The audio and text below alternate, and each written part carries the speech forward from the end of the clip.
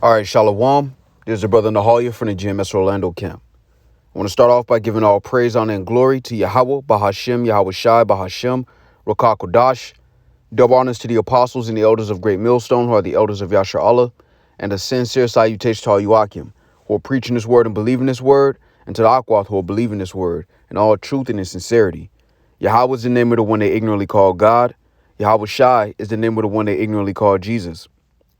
Bahashem is in the name. Rakah is spirit. Kodash is holy. Akyam is brothers. Akwath is sisters. Shalom means peace. And Yasher Allah is Israel in the ancient Paleo-Hebrew. This is Isaiah chapter 19 and verse 2. And it reads, "And I will set the Egyptians against the Egyptians, and they shall fight every one against his neighbor, and every one against his neighbor. Salakia, every one against his brother, and every one against his neighbor. City against city, and kingdom against kingdom." All right, now I want to go into a lesson through the spirit on this article. So this article is the glass barrier to the upper middle class is hardening. All right, because basically what's happening in America in particular, but it's really happening everywhere, is there's a divide with the so-called white man as a nation of people. All right, their biblical nationality is Esau Edom, or the Edomites. And right now their class, their family, if you will, is being divided according to finances. So at one point, the so-called white man as a nation of people shared a common privilege where they were given privileges based on their nationality being so-called white, because they're not white, they're Edomites. And what we've seen throughout history, all right, or as we get closer to the end of their empire, all right, what we're witnessing is that there's a divide, there's a separation between the Edomites that are doing well and the Edomites that are not. All right, so real quick, let's go here. This is Matthew chapter 12 and verse 26. I'll start at 25. "And Yahushua knew their thoughts and said unto them, Every kingdom divided against itself is brought to desolation, and every city or house divided against itself shall not stand. And if Satan cast out Satan, he is divided against himself. How shall then his kingdom stand?" Because ultimately, this is going to lead down the road of sedition. See, when you lock out the majority of your people, all right, to basically hoard all the wealth from them, they're going to in turn turn on you. All right. Now, this is what we're witnessing in a slow, I wouldn't call it slow, but a very gradual momentum. All right. The world is moving towards bigger wealth gaps, where you have a small percentage of people who control the vast majority of resources. And that line is not being divided equally amongst these so-called white people, which is eventually going to culminate in sedition. All right, particularly when you deal with America or Babylon the Great, because, again, the Lord was very strategic. He allowed them to write in the Constitution the ability to bear arms. All right, which is very spiritual when you think about what's happening right now, because as the wealth gap increases, the guns are still present. All right, this is 2nd Esdras chapter 15 and verse 14. "Woe to the world and them that dwell therein, for the sword in their destruction draweth nigh, and one people shall stand up and fight against another, and swords in their hands. For there shall be sedition among men, and invading one another. They shall not regard their kings nor princes, and the course of their actions shall stand in their power." All right, and this is because ultimately they're going to lose complete trust in the ruling class, if you will. All right, the elites, which ultimately control the government. All right, it's all backed by money, campaign financing, which comes through these lobbying companies. But it basically comes from the elites of this global society. They have the deep resources to influence people with bribes. And as a result, the wealth gap has gotten even bigger. All right. Now, particularly dealing with these Edomites, because when they talk about the middle class, the upper middle class especially, they're talking about the so-called white man that occupies that space. These are Edomites that aren't rich, but they live better than the average, far better than the average Negro, Latino, or Native American. Now, let's read some of this. All right. All right. It says America is becoming a more class stratified society, contrary to the nation's self-image as a socially dynamic meritocracy. In particular, the barriers are hardening between the upper middle class and the majority below them. As New York Times contributor Tom Edsall writes, the self-segregation of a privileged fifth of the population is creating a self-perpetuating class at the top, which is never more difficult to break into. All right, so the upper middle class, all right, they have assets, they have certain things that allow them to have a better position than a lot of their counterparts.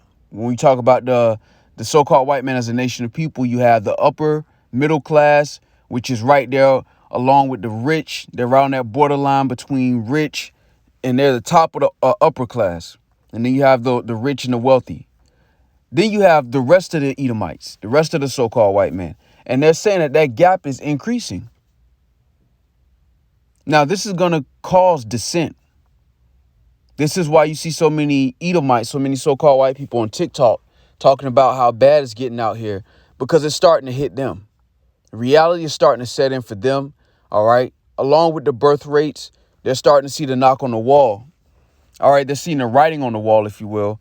And this is why they're praying that Trump will be able to get in and save them from what they see coming down the road, down the pipeline, which is basically a complete separation of rich and poor, where now the average so-called white person is going to have to, they already dwell amongst the other nations. They already dwell and struggle with the other minorities, but it's going to get even worse. And that is going to cause resentment in the average so-called white person. And it's going to ultimately cause them to go against their own government.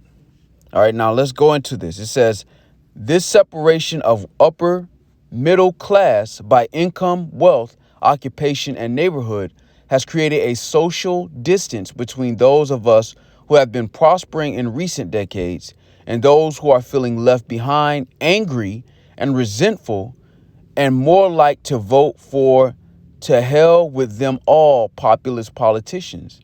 As I told Charles Holmans, also writing on Class for the Times, the upper middle class are surprised by the rise of Trump. The actual middle class is surprised. We're surprised because, again, there's a complete disconnect. And it's beautiful when you think about it because, again, brothers bring this out often. The ones who were lynching Jake during Reconstruction were, you can call it blue-collar Edomites, blue-collar so-called white people. It wasn't the rich elite so-called white people that were going out and waiting to string up a so-called Negro, Latino, or Native American. It was the blue-collar ones that stayed close enough to the neighborhood, far enough to brag about it, but close enough to cause mischief. And this is why you see this divide, and it's ultimately gonna escalate. All right, because we know according to the scriptures that there will be sedition. All right. Matter of fact, let's go here real quick. Again, this is Isaiah 19:2.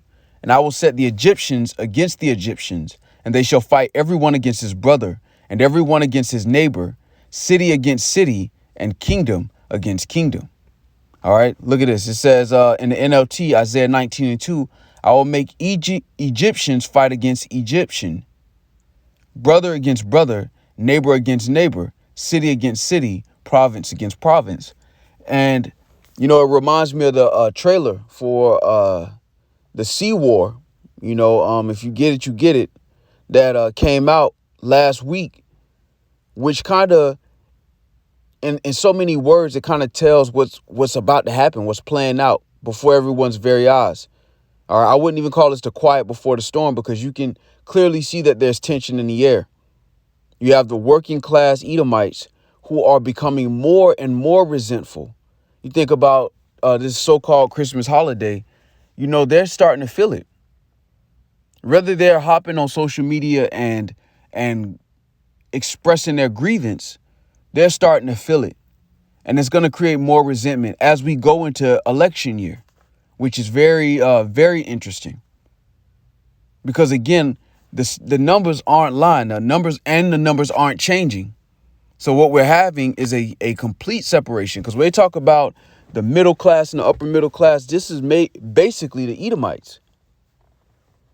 You know, very few Negroes, Latinos, and Native Americans, percentage-wise, occupy the middle class.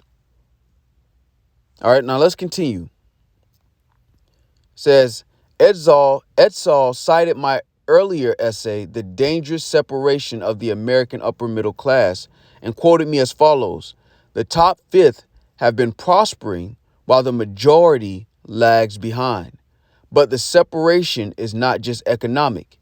Gaps are growing on a whole range of dimensions, including family structure, education, lifestyle, and geography. Indeed, these dimensions of advantage appear to be clustering more tightly together, each thereby amplifying the effect of the other. And that's beautiful because it's basically showing you that as this wealth gap increases, everything is going to start to separate. Where they live compared to where the poor Edomites live, all right, where the upper class so-called white man lives compared to where the average so-called white person live, is going to get farther and farther away from each other. All right, their family structure is going to change. All right, their education and ultimately their lifestyle is going to change, and that's going to create a level of resentment. And it reminds me of this, right? So this is Deuteronomy chapter 30 and verse 7. And the Lord thy God will put all these curses upon thine enemies and on them that hate thee, which persecuted thee. Now, when we go to the curses, right? One of the curses that stands out when you read this article, one of the curses that will turn against them, this says Deuteronomy 28 and 54. So that the man that is tender among you and very delicate, his eye shall be evil toward his brother, and toward the wife of his bosom, and toward the remnant of his children, which he shall leave. Now, this reminds me of these grassroots white supremacist movements. A lot of them are started and maintained by the working class so-called white person, right? These are ones who feel like they're fighting for their nation. And they're not talking about a multi-racial nation. They're talking about the so-called white man as a nation of people. A lot of those in the white supremacy, whether you call them the gangs or the organizations, whatever the case may be, a lot of them are working class so-called white people. As this gap gets bigger, their eye is going to start to turn evil towards their brethren, which are in higher places. And they're going to look at it like these guys aren't taking care of us. So that same rage that's applied to Negroes, Latinos, and Native Americans is ultimately going to be applied to those Edomites that occupy these high spaces, because their lifestyle is going to continue to get worse. It'd have been enough if it stayed the same. They still would have complained, but the Lord's going to push them to a point where it gets worse. And this is going to create a resentment that can't be contained. And that same rage that the so-called white man has for Negroes, Latinos, and Native Americans, as their lifestyle starts to decrease, they're going to have that same similar type of rage toward the government. As their lifestyle begins to change and they're treated like the same people that they look down upon. This is why the scriptures talk about the curses falling upon them. All right, because along with the curses falling upon them is all of this that's coming into prophecy, that's coming into play, sedition included. All right, so let's go back to this article.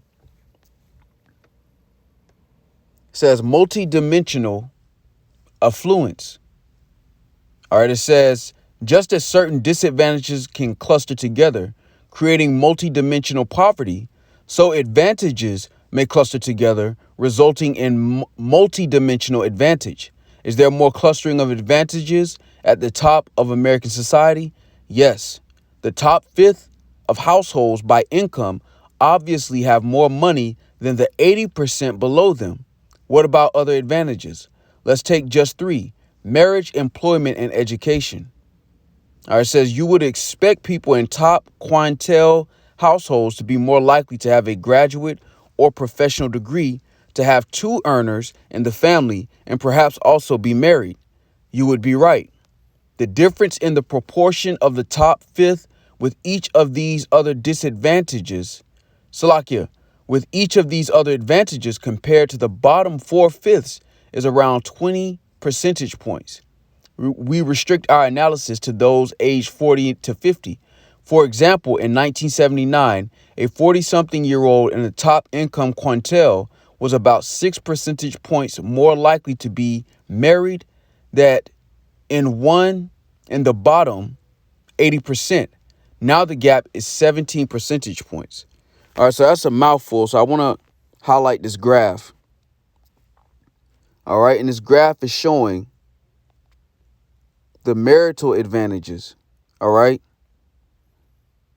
So you're seeing that there's a huge separation that's happening. All right. There's a huge separation that's happening, and the average so-called white person is being locked out of it. All right. It says in 1979, a 40-something-year-old in the top income percentile was about 6 percentage points more likely to be married than one in the bottom 80%. All right. And it says now that gap has increased. Now let's move on to the next subject. All right. It says that this is hardly surprising. More education and more earners in the home will increase the chances that you make it into the top quintile for your age cohort.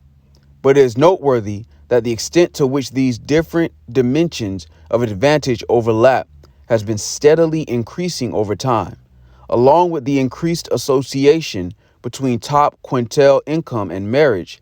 The differentials for graduate education and two earner status have each increased by around 10 percentage points between 1979 and 2014. Now, keep in mind, right, the majority of the middle class is so-called white people. And when you deal with the upper middle class, it is even bigger of a percentage of so-called white people. So a lot of this data that's coming out is really talking about the different classes of Edomites.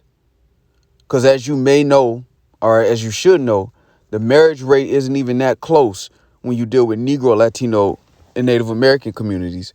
Negro communities in particular, so-called.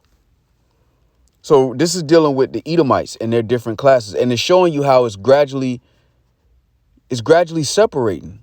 So if you think about the Edomites that grow up in this society, they're used to a certain lifestyle. They may have heard this lifestyle from their great grandfather or their grandfather. They may have been a child when they were able to live a certain lifestyle, and they're witnessing it fall away from them as they work even harder. So it's beautiful. All right. It's a recipe for prophecy, because ultimately the words of the Lord will not come back to him void. And what we're witnessing, all right, is what a man soweth, that shall he also reap. Because this house being divided against itself, all right, is ultimately going to come back to haunt these Edomites. All right. What they sown in the earth, they're about to reap. And part of that is division. Right. When you think about the so-called white man as a nation of people, they have been probably the best at the divide and conquer strategy. And it's almost like the Lord mocking them in their face. Like, this is what you've done. Now it's happening to you. And it's ultimately going to escalate, because violence is the only thing Esau, Edom speaks. That's really their only language, the sword, whether it's the sword of the tongue using deception and slander, or the physical sword. But that's the only language they truly speak fluently. All right, this is Galatians chapter 6 and verse 7. Be not deceived. Yahweh Shema Shah is not mocked. For whatsoever a man soweth, that shall he also reap. So the same way they gloried at our downfall. All right. They were happy when we fell. Now there's a separation between them and their own brethren. And it's becoming more and more bitter for them. Just like we had to sit back and watch them win, and they were allowed to do things to us, and we had no power in our hand. Now the low-level Edomites are experiencing that. And what a mind fuck that must be. You spent your whole life thinking you were better than Negroes, Latinos, and Native Americans just to watch your brethren put you in the same menu. This is why you're going to see sedition as we get closer and closer to the end. All right. Now, let me get this. All right. This says class gaps. This is the last article, the last paragraph. It says F. Scott Fitzgerald famously said, "Let me tell you about the very rich. They are different from you and me." Ernest Hemingway's later response was, yes, they have more money. Today, what separates the rich from the rest is not just money, but family life, education, zip code, and so on. This is a point made by a number of scholars, including recently both Robert Putnam in Our Kids and Charles Murray in Coming Apart. Our empirical analysis confirms that different kinds of advantage are increasingly overlapping with each other. The framing of inequality in terms of social class used to feel distinctly un-American no longer. Yeah, why? Because inequality wasn't based on social class at one point. It was really based on racial class. Redlining, when you think about certain policies that were pushed and enforced, it was pushed on the racial class rather than the social class. And it's beautiful, man. It's beautiful when you look at how the Lord is allowing them to reap what they've sown as a nation of people on earth. Because you have these people that think, nah, it's not us, it's the elites. It's not us regular working so-called white folks. It's the elites. And this is true to a degree. Yeah, the elites are stealing from you too, but you're just as guilty. Because when you understand the process of life and death, you understand that there is reincarnation. And as a nation of people, what they've sown in the earth was rape, robbery, and murder. And it's very justified that they receive what they've sown, especially by the hands of their own brethren. They were cool when they were doing it as a collective to everybody else. But now it's about to be done to other Edomites. And they're going to react the way Edomites react. All right, real quick, this is Wisdom of Solomon 18:11. The master and the servant were punished after one manner. And like as the king, so suffered the common person. So just like in the ancient Egypt, Pharaoh didn't suffer alone. All the common Egyptians suffered as well, even though they didn't necessarily make all the decisions. Because the Lord does judge nations of people. And this is why Yahushua mentioned a house divided against itself cannot stand. All right, this is Job chapter 34, because a house is a family. All right, Job 34:29. When he giveth quietness, who then can make trouble? And when he hideth his face, who then can behold him? Whether it be done against a nation or against a man only, that the hypocrite reign not, lest the people be ensnared. So the people may not regard what they're witnessing right now, because it's at its beginning stages, if you will. But the Lord is allowing them to reap what they've sown. That the hypocrite reign not. And it's beautiful. It's very poetic when you look at how the Lord moves with judgment, because almost every technique that they've used to get where they are is being used on each other. They're using it against each other. And this is only the beginning. All right. So Lord willing, this was edifying. With that, I want to give all praise, honor, and glory to Yahweh, Bahashem, Yahushai, Bahashem, Rakah Kodash. Double honors to the apostles and the elders of Great Millstone, who are the elders of Yashar Allah. And a sincere salutation to all Yuakim, who are preaching this word and believing this word, and to the Akwath, who are believing this word in all truth and in sincerity. Shalom.